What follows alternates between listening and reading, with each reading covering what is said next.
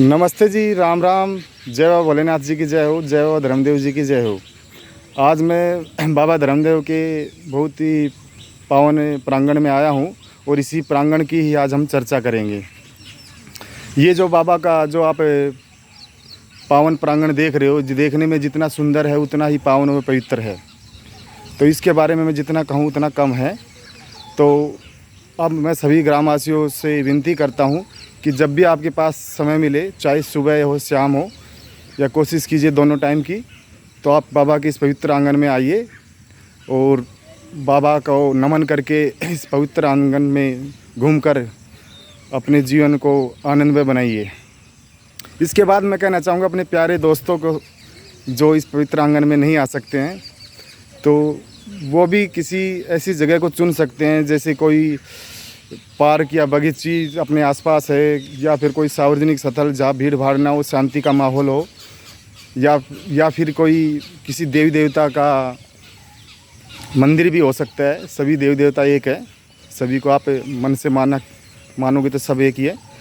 तो आप सभी से विनती है कि आप अपनी दिनचर्या में 30 मिनट का रोज़ का ऐसी नियम बना लीजिए कि हमें सुबह कोशिश कीजिए, सुबह की हमें घूमने के लिए जाना ही है।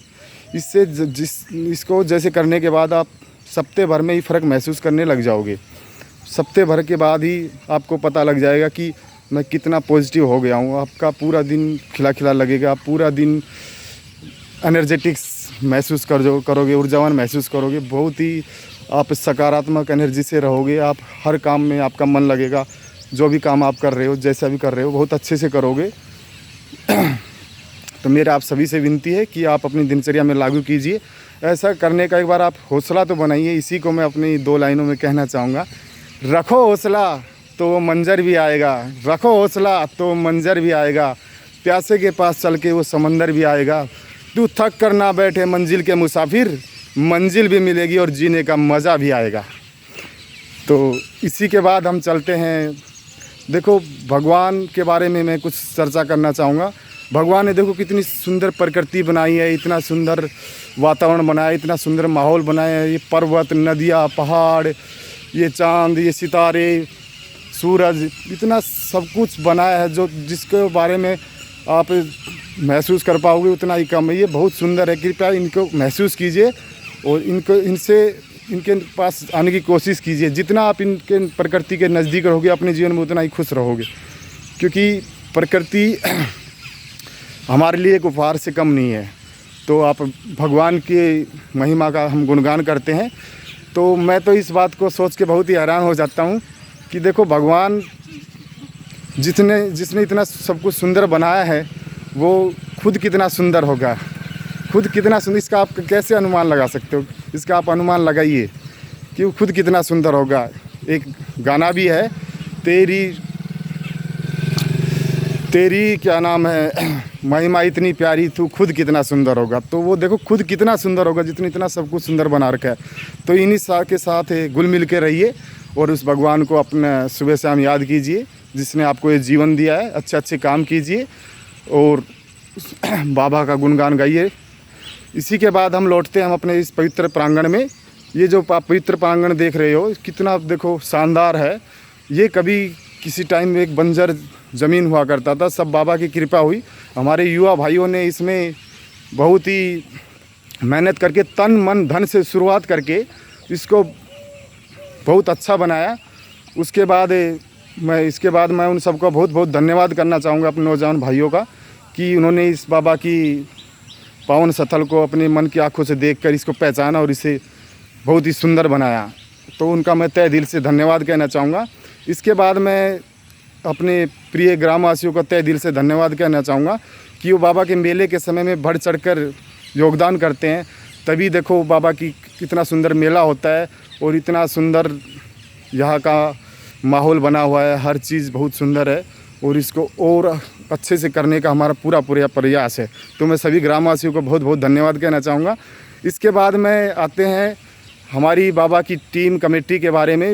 उसकी तो जितनी हम बड़ाई करें उतनी कम है। बाबा की कमेटी काफ़ी लंबे टाइम से बहुत ही अच्छा प्रदर्शन कर रही है। मेले की भी अच्छे से बहुत तैयारी कर रही है। हर तरह से बाबा के इस पावन स्थल को भी सुंदर और सुंदर में बनाने के लिए पूरी दिन रात मेहनत कर रही है। तो मैं बाबा की इस पावन कमेटी को बहुत बहुत धन्यवाद कहना चाहूँगा। मैं भी उस कमेटी का एक मेंबर हूँ, तो बहुत बहुत धन्यवाद। तो इसके बाद हम लौटते हैं। इसके बाद मैं इसी में, जैसे बाबा की ये पावन स्थल तो है ही, मैंने भी अपना योगदान देना चाहा है। आपकी कृपा से एक छोटा सा योगदान है। एक 40,000 रुपये की लागत से मैंने बाबा के प्रांगण में लगाया है, और ताकि बाबा का जो प्रांगण है और सुंदर दिख सके। वो अभी काम चल रहा है, जैसे ही पूरा हो जाएगा उसका वीडियो हम ज़रूर डालेंगे। बहुत ही सुंदर चीज़ हमने बनाई है, अपने मन से बनाई है। तो कोई भी चीज़ अपने मन से बनाओगे तो कभी गलत नहीं होगी, हमने मन से बनाई है। तो देखो ये चाँद तारे धरती भगवान, ये बहुत कुछ इनके बारे में सोचा करो, थोड़ा सा समझा करो। तो इसी को मैं 2 लाइनों में कहना चाहूँगा।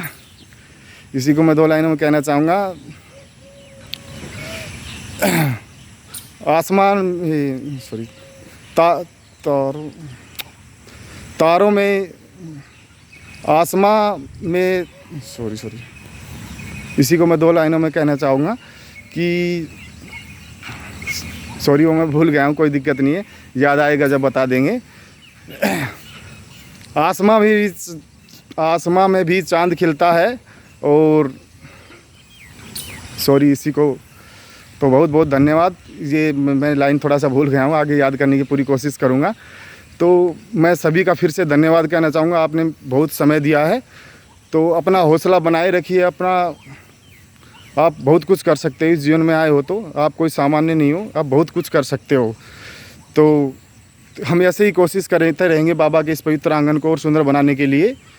तो रखो, ये तो हो गया है। इसके बाद क्या है, जैसे इसके बाद कोशिश करने वालों की कभी हार नहीं होती, लहरों से डरकर कभी नौका पार नहीं होती। तो इसलिए हम कोशिश करते रहेंगे, और बाबा का आशीर्वाद रहेगा।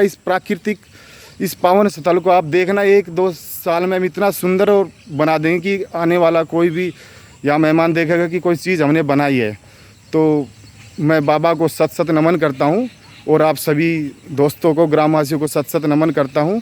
अब आपका ज़्यादा समय नहीं लेते हुए मैं राम राम कहना चाहूँगा। हेलो दोस्तों, राम राम। जय बाबा भोलेनाथ की जय हो, जय बाबा धर्मदेव जी की जय हो। ओके।